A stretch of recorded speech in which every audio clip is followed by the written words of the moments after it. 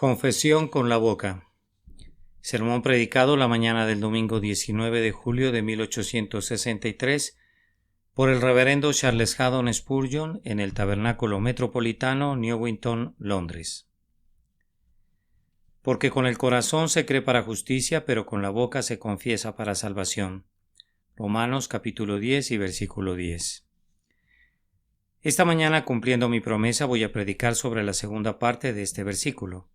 Con la boca se confiesa para salvación. Lamento en cierta medida que no todos mis oyentes en esta mañana hayan estado presentes el domingo pasado, pues podrían imaginarse erróneamente que exagero la importancia de la confesión externa, pero si hubieran estado presentes cuando consideramos la primera fase, habrían visto que yo engrandecí la aseveración con el corazón se cree, y declaré que era lo esencial y lo más importante. Sin eso la confesión con la boca sería un pecado, una falsedad y un insulto atroz al Altísimo. Una circunstancia mitiga grandemente mis temores.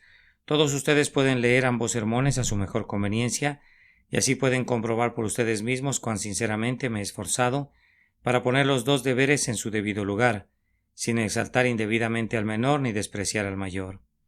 Con la boca se confiesa para salvación. No ha de haber confesión con la boca allí donde no hay fe con el corazón. Profesar una fe que no se tiene equivaldría a convertirse en un comerciante falaz, que pretende mantener un negocio muy grande, pero sin tener inventarios, ni capital, y que únicamente obtiene su crédito por medio de falsas apariencias, y que por tanto es un ladrón. Hacer una profesión sin tener una posesión de la fe es ser una nube sin lluvia, un lecho de río que ha sido bloqueado con piedras secas y que está completamente desprovisto de agua. Es ser un actor de teatro que se contonea sobre el escenario con el nombre y los atuendos de un rey, para cambiarlos luego tras bastidores por la vestimenta de la pobreza y el carácter de la vergüenza. Es ser un árbol podrido, verde por fuera, pero internamente, como John Bunyan lo dijo vigorosamente, apta solo para servir de yesca para el yesquero del diablo. Estén alertas contra engañosas pretensiones cuando no haya nada que las respalde. Por sobre todas las cosas huyan de la hipocresía, apártense de toda mera pretensión, no profesen ser lo que no son, para que en el día en que Dios venga a escudriñar los secretos de todos los corazones no sean condenados como plata desechada, ni consumidos como escorias. La verdadera fe, allí donde existe, produce obras, y entre todas ellas una valerosa, constante y consistente confesión de Cristo.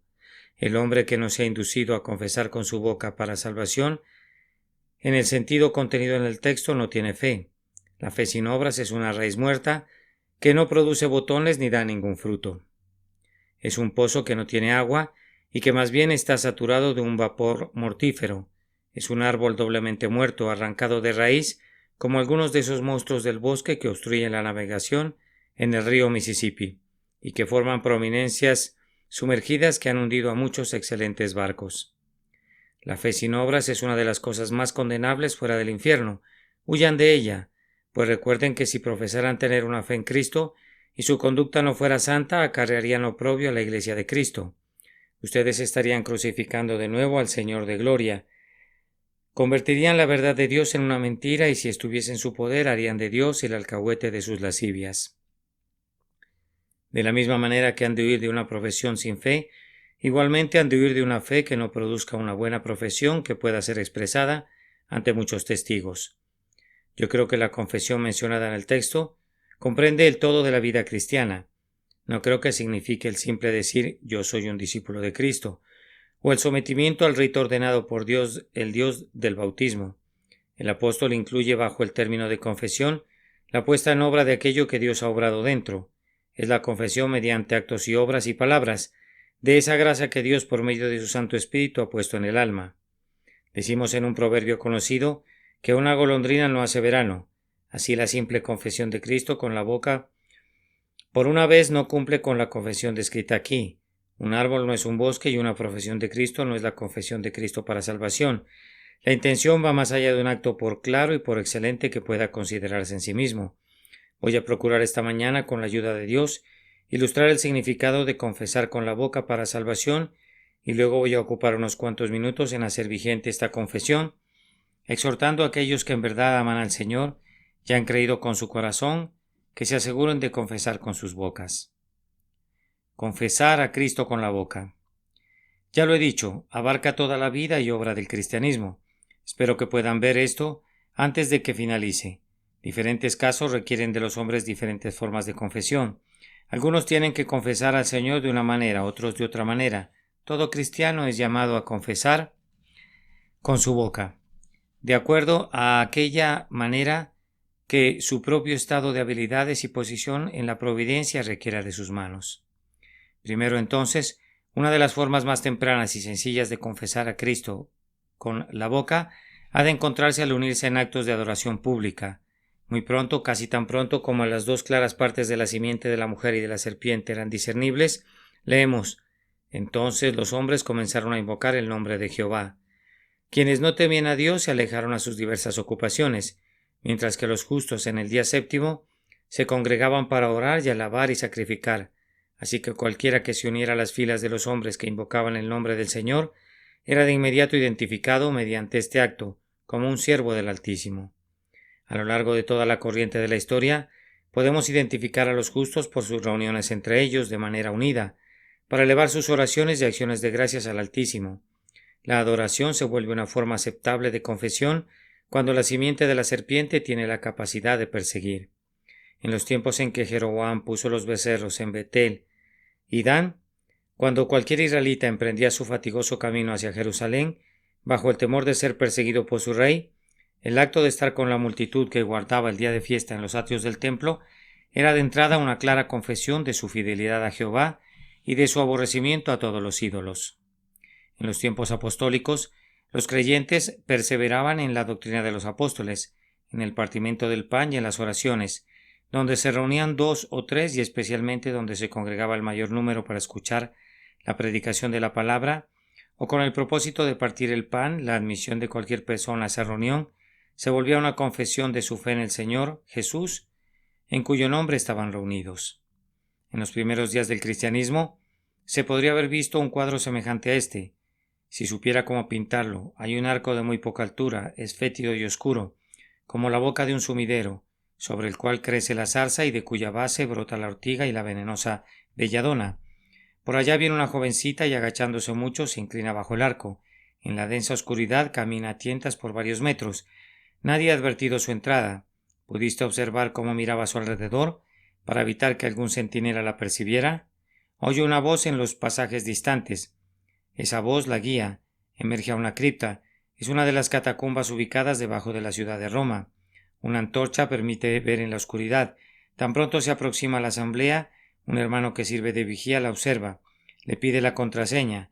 Es una persona de la casa de César, una noble doncella que ha escuchado el Evangelio de una esclava judía que le ayudaba y ha venido para unirse a esos ritos secretos que son practicados por los creyentes en los escondrijos y cuevas de la tierra.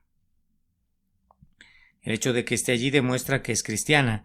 No habría estado allí para adorar a Dios entre esos perseguidos a quienes la superficie de la tierra y el aire puro no podrían recibir.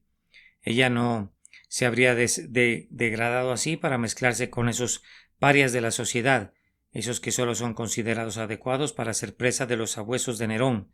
Su llegada al lugar para unirse en ese himno entonado a un tal Christus, para doblar su rodilla solemnemente a esa oración silenciosa a Jehová y a su adorable Hijo, era una confesión. Ella no habría estado en esa reunión si no hubiese amado al Señor. Algo muy parecido ocurría en tiempos posteriores. Si un hombre iba para oír a Lutero, habrías esperado que fuera cristiano, y especialmente en Inglaterra, cuando los lodardos predicaban a un puñado de personas en alguna remota alquería, con un vigía afuera que les advertía de la llegada de los monjes. Habrías podido estar muy seguro de que quienes adoraban de esa manera cuando el castigo era la muerte, eran verdaderos discípulos del Señor. Además, en los días del glorioso pacto, cuando Cargill y Campbell abrían la Biblia y la leían a la luz de los relámpagos, mientras los dragones de Claverhouse husmeaban a su presa, habrías podido estar muy claro que aquel pastor con su perro o aquel joven heredero apoyado en su fusil o aquellas damas sentadas sobre el césped escuchando con ojos llorosos las palabras ardientes del líder de los Covenanters, firmantes del pacto escocés de la reforma religiosa, habrías podido estar seguro de que estaban por el Señor de los ejércitos y por su pacto, y por la verdad que es en Jesús, pues de otra forma no se habrían reunido allí en medio de los santos del Dios viviente a riesgo de sus vidas. Hoy sucede lo mismo con unos cuantos. Hay algunas damas que tal vez han venido a esta casa esta mañana para quienes las últimas palabras de su esposo fueron: si vas allá, no volverás a entrar a mi casa otra vez. O tal vez fue la palabra del hermano que maldecía a su hermana por su amor a la verdad, o la maldición profunda y condenatoria del padre sobre el hijo por aventurarse a creer en Cristo. Su presencia aquí hoy es una clara confesión del Señor Jesús con su boca. Pero no sucede así con la mayoría de ustedes. No sucede así con 999 casos de cada 1000. Muchos vienen porque es la costumbre, y más. Yo espero porque siendo cristianos es su delicia venir siempre.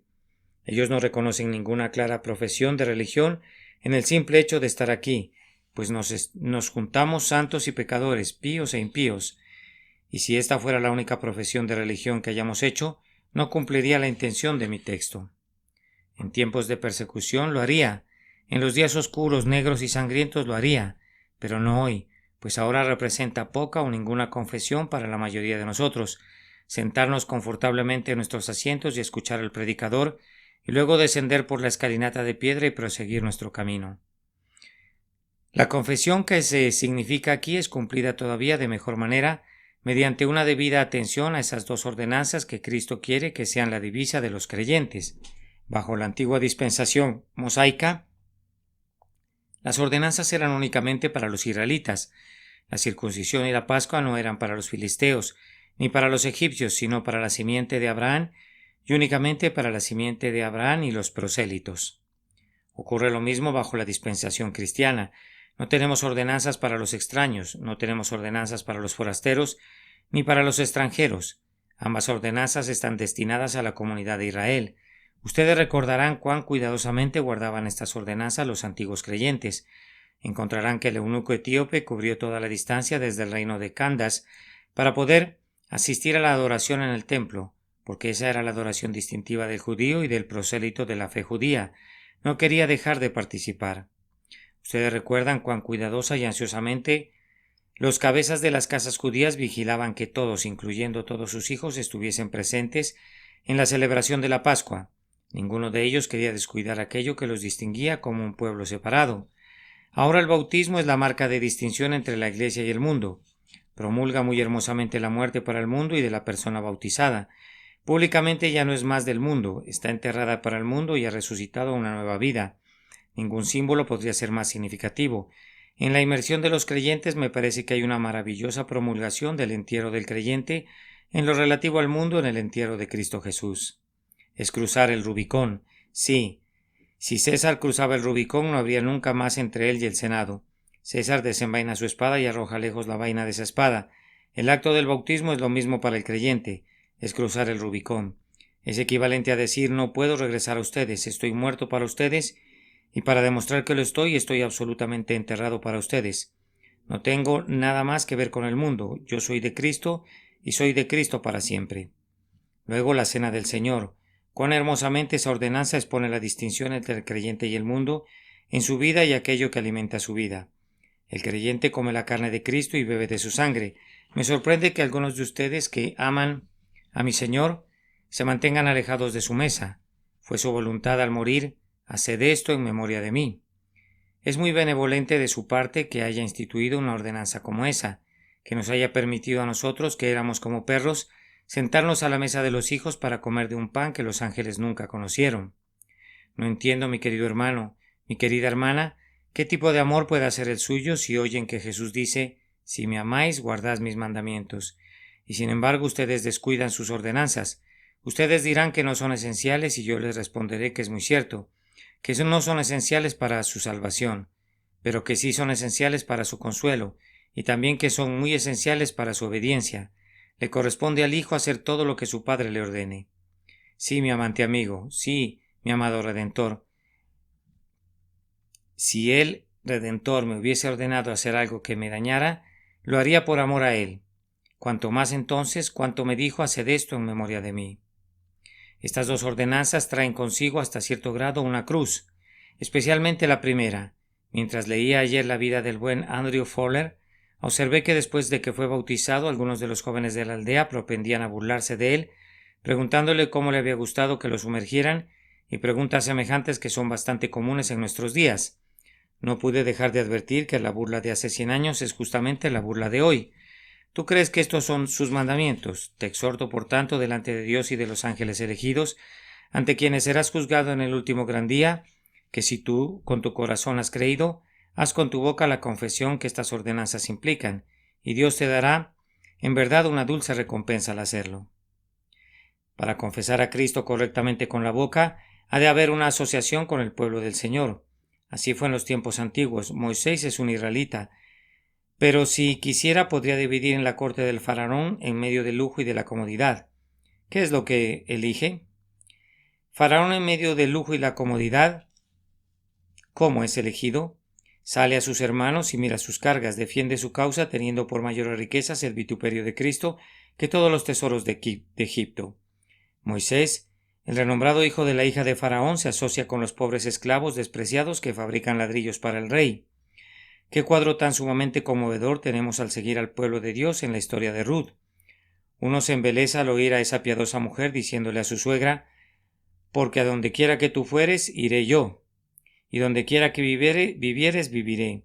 Tu pueblo será mi pueblo y tu Dios mi Dios. Hubo una confesión del Dios de Israel cuando Ruth se unió a Noemí de todo corazón. Ahora encontramos en los primeros tiempos de la iglesia cristiana que tan pronto como un hombre se convertía en cristiano, se dirigía a su propio grupo, se asociaba con los santos. Cuando preguntabas ¿dónde están los creyentes?, podías encontrarlos a todos juntos. Puedes encontrarte otras criaturas vagando separadamente por las montañas, pero las ovejas aman estar en los rebaños. Pablo no se contentó con ser bautizado, sino que después de su bautismo intentó por sí mismo unirse a la iglesia. Y encontramos que donde estuviera el pueblo de Dios siempre estaba formado en una iglesia, ya fuera en Filipos, o en Éfeso, o en Pérgamo, o en Tiatira, o en la misma Roma. Pablo formaba iglesias en todas partes, y conforme iba de lugar en lugar miraba la iglesia como la columna y el fundamento de la verdad. A mí me agrada grandemente la predicación en los teatros. Ustedes saben cuán sinceramente me gozo en la predicación de Cristo en todas partes, pero hay una carencia en toda esta labor. El grano es sembrado, pero no hay nadie que lo cuide posteriormente, nadie que lo recoja. La manera en que todo esto ha de ser implementado no es por medio de las asociaciones, sino por la Iglesia. La Iglesia de Dios es la verdadera madre de los convertidos. Es de su seno que han de nacer, y en su pecho han de alimentarse, y en sus rodillas han de ser mecidos. Esos que van por todos lados hablando con ligereza de la comunión de la Iglesia y quisieran que todos los cristianos se mantuvieran separados de las iglesias hacen daño, y son sin saberlo agentes del mal, pues la Iglesia es bajo Dios una gran bendición para el mundo, y la unión con la Iglesia tiene el propósito de ser un método de confesión que no ha de ser descuidado. Supongan por un momento, hermanos, que en vez de esta compacta falange de esta Iglesia, estuviéramos separados en cristianos individuales y no mantuviéramos ninguna asociación los unos con los otros. Yo no dudaría en afirmar que algunos de los de corazón más ardiente entre ustedes se enfriarían, pues el asociarse unos con otros se promueve su celo y se enciende su entusiasmo. Los pequeñitos que están entre nosotros serían sometidos a no sé qué herejía peligrosa, ya que falsa doctrina, y también el hermano o la hermana más fuertes de aquí sentirían que sería una solemne pérdida si tuvieran que descontinuar la asociación con los hermanos y hermanas en Cristo que ahora los consuelan y fortalecen. Para algunos, la confesión con la boca conllevará el tomar la cruz en la familia. No conozco ninguna otra forma en la que esta confesión sea más agradable a Dios y al mismo tiempo más ardua para los hombres que tomar la cruz en la familia. Pudiera ser que fueras el primer convertido de la familia y que frecuentes la casa de Dios mientras los demás siguen sus placeres en el día del Señor. Te pones a orar y en el momento en que te arrodillas en esa recámara, hay una risa que resuena en sus paredes. Hablas de Cristo y de las cosas divinas y el Padre y la Madre abren sus ojos, y todos los hermanos y hermanas tienen una mofa y un escarnio para ti. Tú me preguntarás qué deberías hacer. Persevera, mantente firme, sé constante, pues ahora es que debes hacer una confesión con tu boca para salvación. Yo no voy a creer que tu fe te salve a menos que ahora, sin ninguna duda, y al costo que fuese, aunque fuera a riesgo de perder el amor de tu padre y los cuidados de tu madre, dijeras de inmediato: no puedo evitarlo, lamento causarles una vejación, pero no puedo amar a mi padre o a mi madre más que a Cristo para no ser indigno de él. Tienes que estar dispuesto a renunciar a todo lo que te es cercano y muy querido. Lo que fuera, aunque lo amaras como a ti mismo y fuera tan precioso como tu propia vida, debes renunciar a todo ello si se interpusiera en el camino en el que sigues a Cristo Jesús el Señor. Ah, bien, dirá alguno, esto es muy duro. Sí, pero recuerda por quién lo haces. Es tu Redentor que dejó la corte de su Padre y se encarnó para poder ser uno contigo y extendió sus manos sobre la cruz y entregó su costado a la lanza. En verdad, todo aquello a lo que pudiera renunciar es una nimiedad comparado con aquello a lo que él renunció por ti. Hazlo alegremente, hazlo de inmediato. Joven amigo, no te aterres ni te alarmes ante las tribulaciones familiares que tienes que soportar. Pídele a Dios que te haga como uno de esos barcos acorazados, de tal forma que aunque te disparen sus más fieros dardos y los arrojen con la fuerza más tremenda, pasarán volando a tu lado sin hacerte daño, porque estás blindado con un valor invencible y con resuelta fe. El reino de los cielos es para ti como aquella antigua ciudad que había sido sitiada por largo tiempo, y no había ninguna esperanza de aliviar a los habitantes del lugar a menos que un barco pudiese entrar al puerto. Pero una gran cadena había sido extendida a todo lo largo.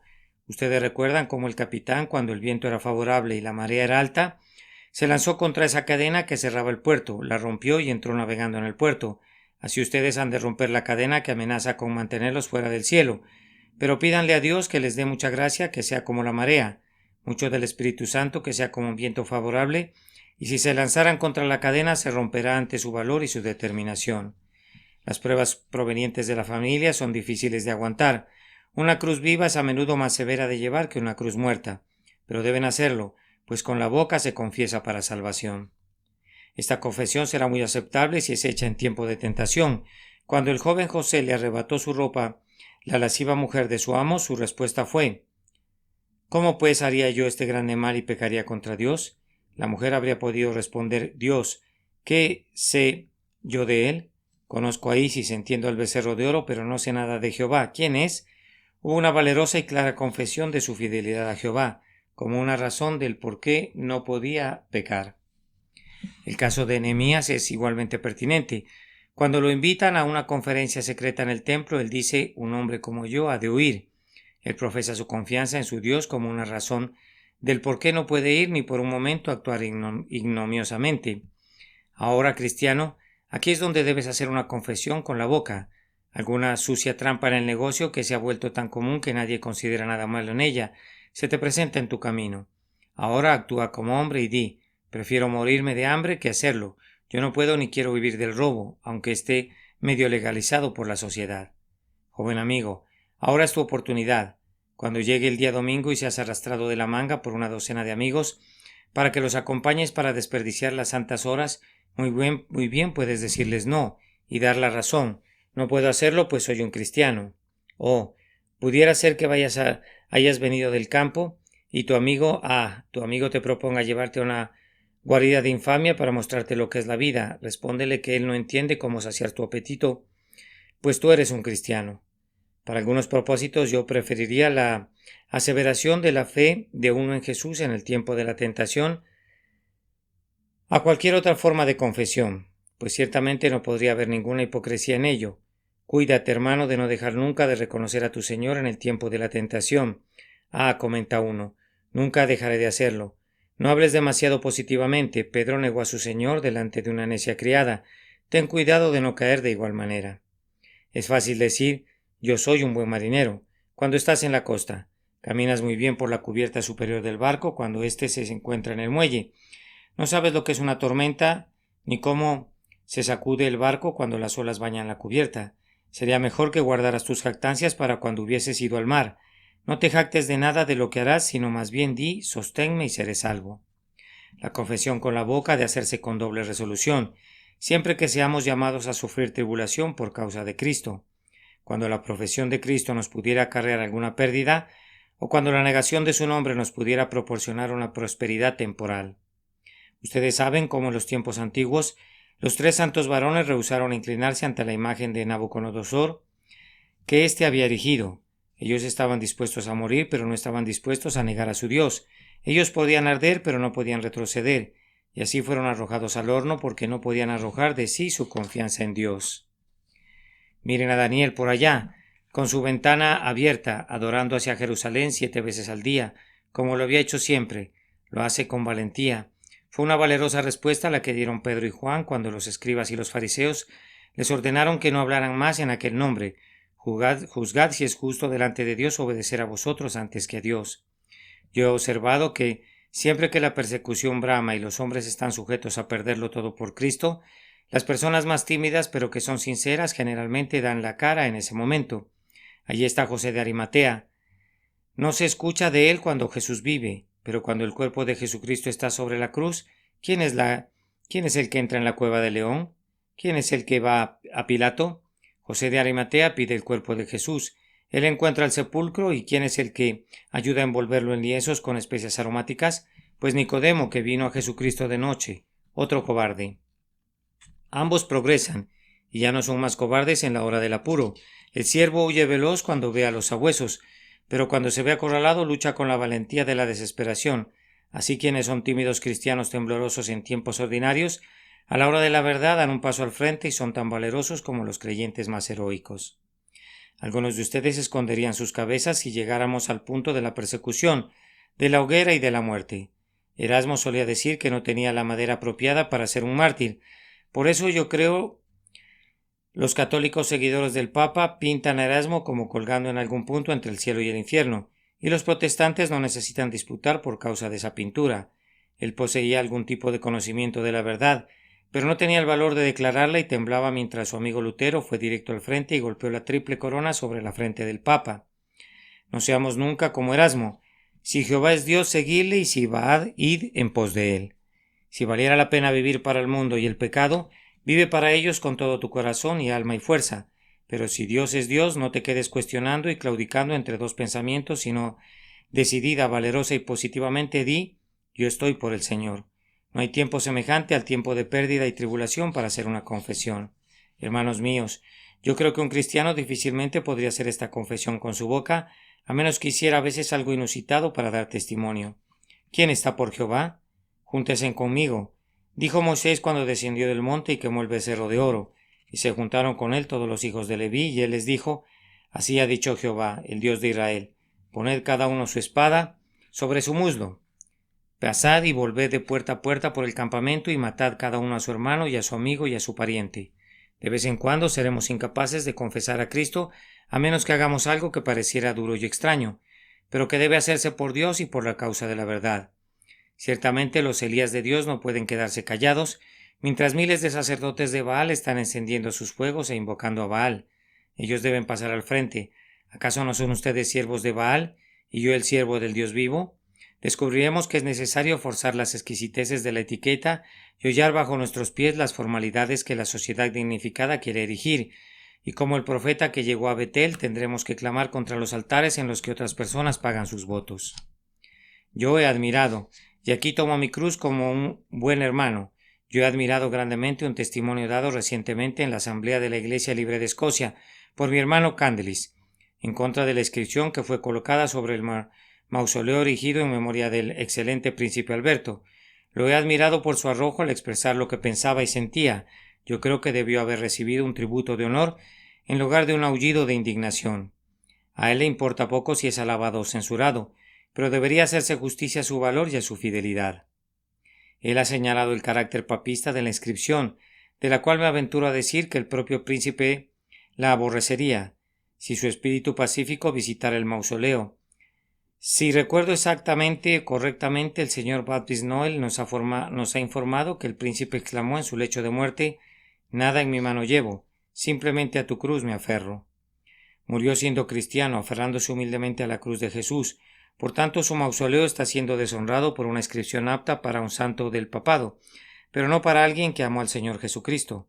No hay ninguna deslealtad cuando expresamos francamente nuestra opinión, ni pretendemos interferir en la libertad de otros. Debería otorgarse una licencia abierta al afecto, y a la aflicción debería tener su propia escogencia de palabras. Pero es un error, si es que no es un pecado, imponer un panegírico papista cuando un epitafio cristiano habría sido más apropiado. Yo tomo mi cruz con Candelis, y no sería sincero con Dios si no lo hiciera, pues yo creo que quien confiesa a Cristo, algunas veces contra la tendencia popular y la corriente popular, es la única persona que puede esperar recibir una recompensa de su Señor por haber actuado fielmente en todas las cosas. Algunas veces tendrá que hacer esto, pero no siempre, tal vez no con frecuencia. No pierdan su camino por dar testimonio. Pero cuando la carga del Señor esté sobre ustedes, testifiquen y que nadie los meta en miedo. Además, no es posible confesar a Cristo con la boca a menos que estemos dispuestos a usar nuestra posición como un método de confesión. Josué es cabeza de una casa. Él usa esa posición. Pero yo y mi casa serviremos a Jehová. Yo no puedo creer en su fe si ustedes no se preocupan de que Dios sea reconocido en su casa. Que el altar familiar sea erigido, que el sacrificio humee sobre el altar. Si no pudiera ser 2 veces al día, que sea por lo menos una vez, pero asegúrense de pagar sus votos al Altísimo en esa posición, pues de lo contrario no habrían hecho una confesión para salvación. O pudiera ser que tengan alguna influencia donde puedan ayudar a la Iglesia de Cristo. Háganlo diligentemente. Esther es la reina de Asuero. Si ella dejara de identificarse como judía y si no hiciera suya la disputa de Israel con Amán, entonces ella sería repudiada. Ella llegó al reino para un momento como ese. Algunos de ustedes son patronos de muchos empleados, o tal vez podrían ser miembros del Parlamento, o tal vez se muevan en esferas en las que tienen el poder suficiente para influenciar las mentes de otras personas. Sean diligentes en hacerlo por Dios, pues toda esa influencia es dinero dado a ustedes para que lo pongan al interés para su Dios y Señor, y si lo enterraran en una servilleta o lo usaran solo para ustedes mismos, Él tendría que decirles en el último gran día: siervo malo y negligente, serás entregado a los verdugos. Además, hay algunas personas que no confesarán nunca con sus bocas al Señor Jesús, como deberían hacerlo, a menos que se vuelvan predicadores. David dijo que él había predicado la palabra en la gran congregación, y se jacta que no ha rehuido anunciarla delante de los reyes. Ahora hay algunos de ustedes que poseen la habilidad de hablar, pero nunca lo hacen.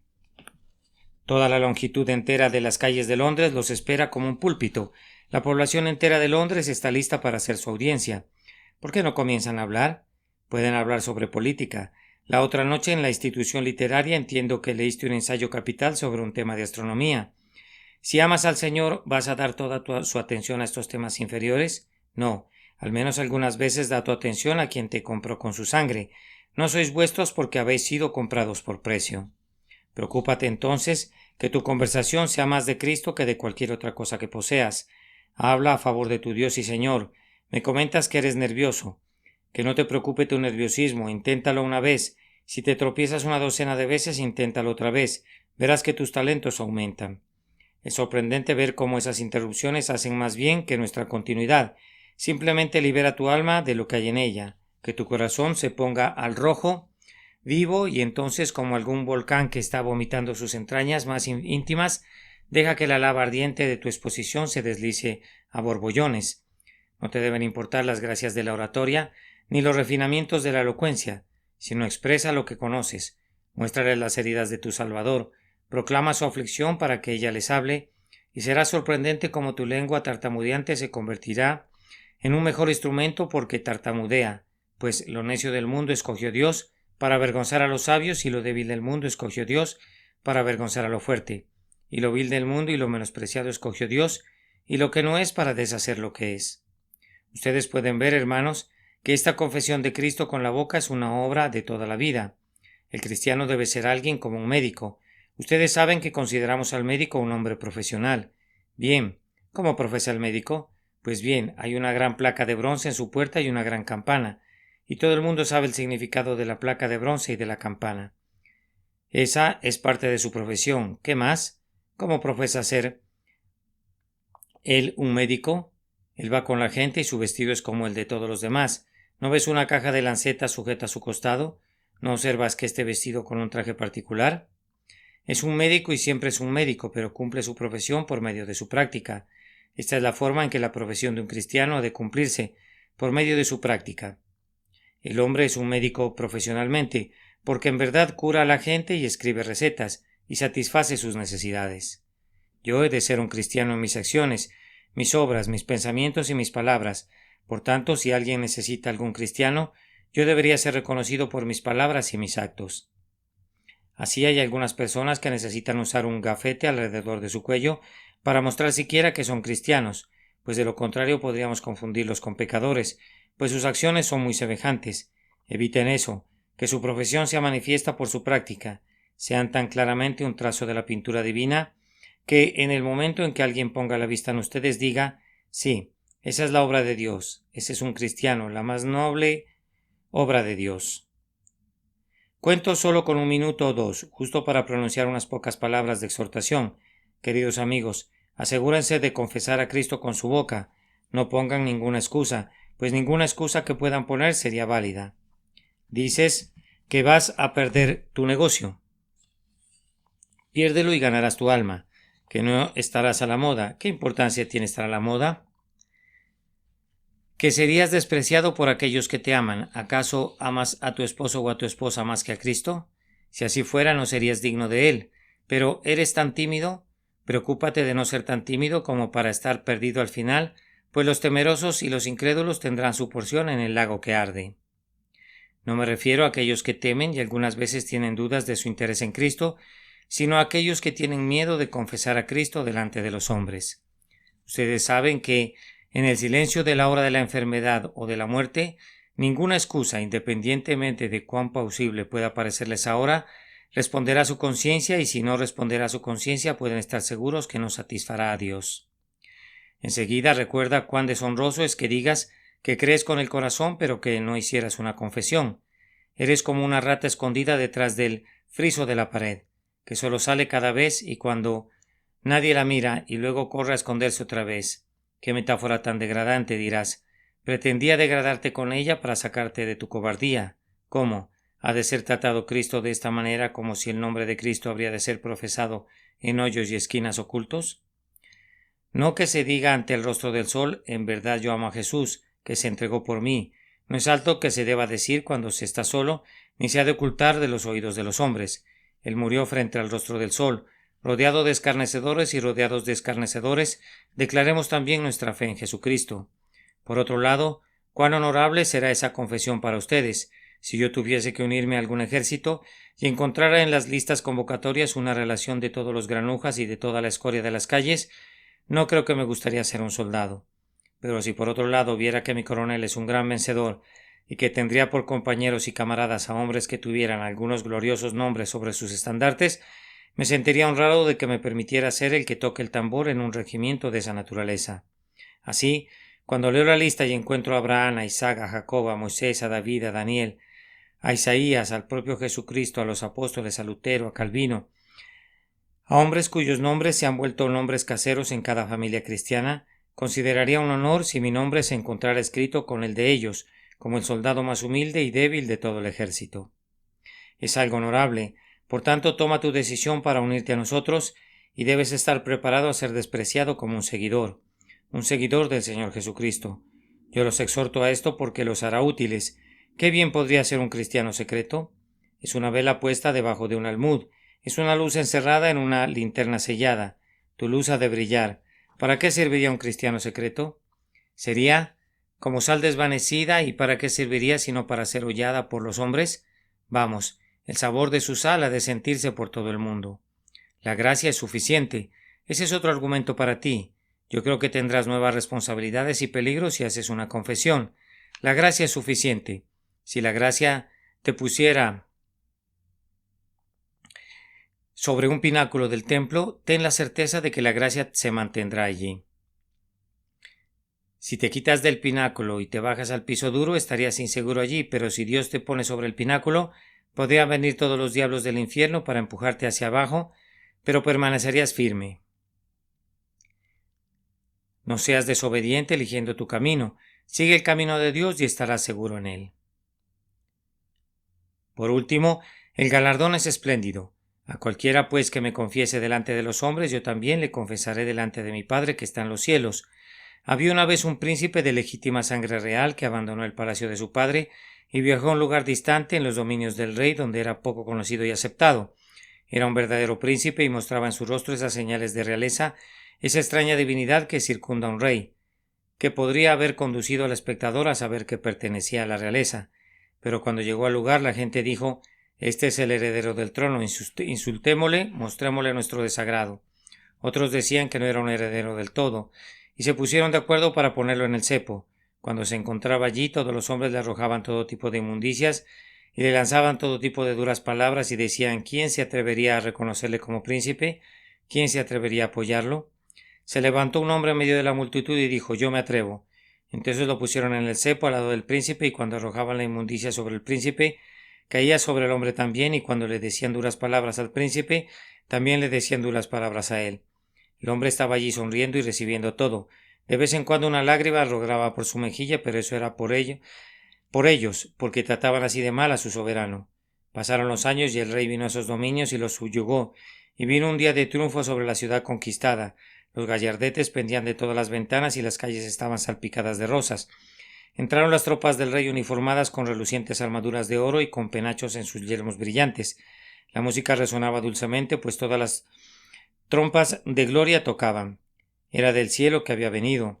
El príncipe recorría todas las calles en su glorioso carruaje, y cuando llegó a las puertas de la ciudad, allí estaban los traidores atados con cadenas, comparecieron temblando ante él. Él se fijó en un hombre en medio de la multitud que estaba libre y sin cadenas y preguntó a los traidores: ¿Conocen ustedes a ese hombre? Él estuvo conmigo en aquel día en que ustedes me trataron con escarnio e indignación. Él estará conmigo en el día de mi gloria. Ven acá, dijo. Y en medio del sonido de las trompetas y la voz de aclamación, el pobre, despreciado y rechazado ciudadano de esa ciudad rebelde recorrió las calles en triunfo, al lado de su rey, que lo vistió de púrpura y puso una corona de oro puro sobre su cabeza. Allí tienen la parábola. Vívanla. Amén. Confesión con la boca. Sermón predicado la mañana del domingo 19 de julio de 1863 por Charles Haddon Spurgeon en el Tabernáculo Metropolitano, Newington, Londres. Porque con el corazón se cree para justicia, pero con la boca se confiesa para salvación. Romanos capítulo 10 y versículo 10.